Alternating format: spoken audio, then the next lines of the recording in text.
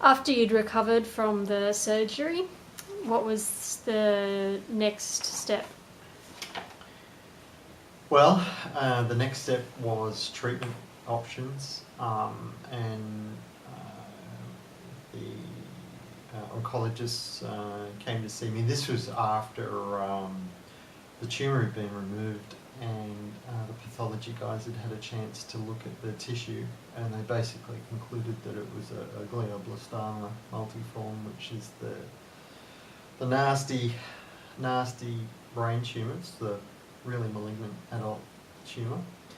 And then discussions began to talk about treatment options with regards to chemotherapy and radiation.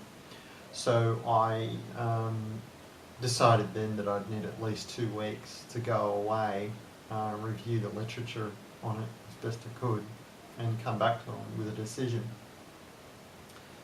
Yeah, I mean, I came under quite a bit of pressure for saying that, because I think they were concerned that I was going to go away and not do anything,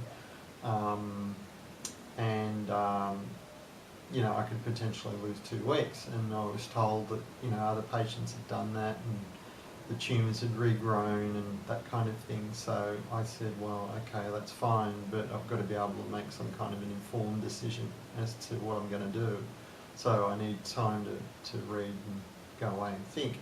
So I did, and that's when I found some very interesting material, especially on chemotherapy, and that's what I wanted to talk about today, because I'd like other people to be informed on this as I became informed. What I found was that 3 radiation oncologists had completed a study at Royal North Shore back in, 2004. And so what they were doing was they asked the question, which is, what is the contribution of cytotoxic chemotherapy to, and I've just got the study here, by the way, which is why I'm looking down, just to explain that. So they asked the question, what is the contribution of cytotoxic chemotherapy to 5-year survival time? What they did was they looked at 22 adult malignancies across the board, and the conclusion they reached, and they expressed the result as a percentage, and they asked the question, which is, what is the net contribution that cytotoxic chemotherapy makes to 5-year survival time in these 22 different types of malignancies? And the conclusion they reached was it was 2.1% in the UK or the US, and it was 2.3%. So what they were saying was that the overall contribution that the chemo makes to a patient surviving for 5 years is only 2%. Basically, it's nothing. And so what they were trying to do, and this is actually on the abstract of the study, was to try and look at other options to treat cancer, simply because the chemotherapies really don't do very much for the most part. Who wrote the study?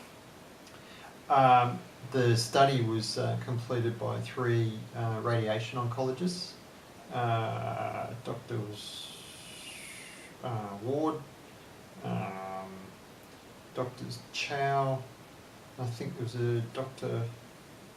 Weinbacher, although what I'll do is I'll post a link up and everybody can then have a look at it, and if you want to get the complete study you can.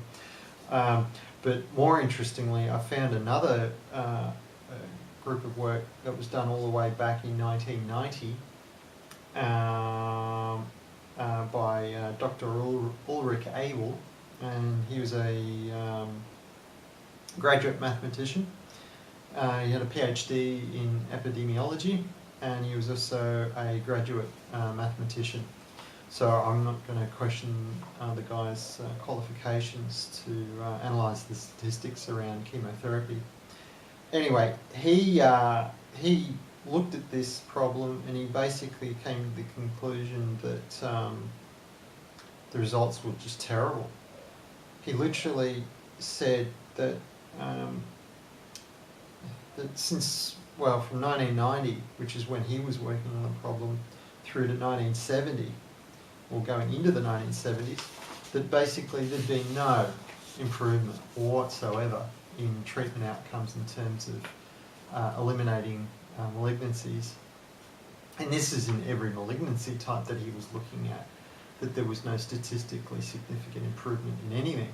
So based on the work going back to 2006, and then Dr. Ulrich's work going all the way back to 1990, between those studies, there'd literally been no improvement whatsoever in cancer treatment as far as chemotherapy is concerned since the 1970s up until the mid-2000s. So I thought, wow, that's really interesting. I've never heard any of this before. With respect to the radiation, I was a bit more convinced there, and that was mainly because of the improvements in the radiation therapy. The type of radiation therapy that I ended up undertaking was what's called IMRT, which is intensity modulated radiation therapy.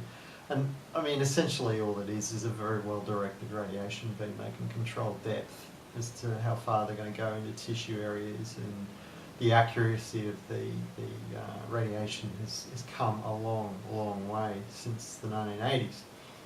So I felt a lot more comfortable with the IMRT than what I did the chemotherapy. So I'll explain that in the next part. Before we stop, can I ask, have you got any recommendations for books or other studies that?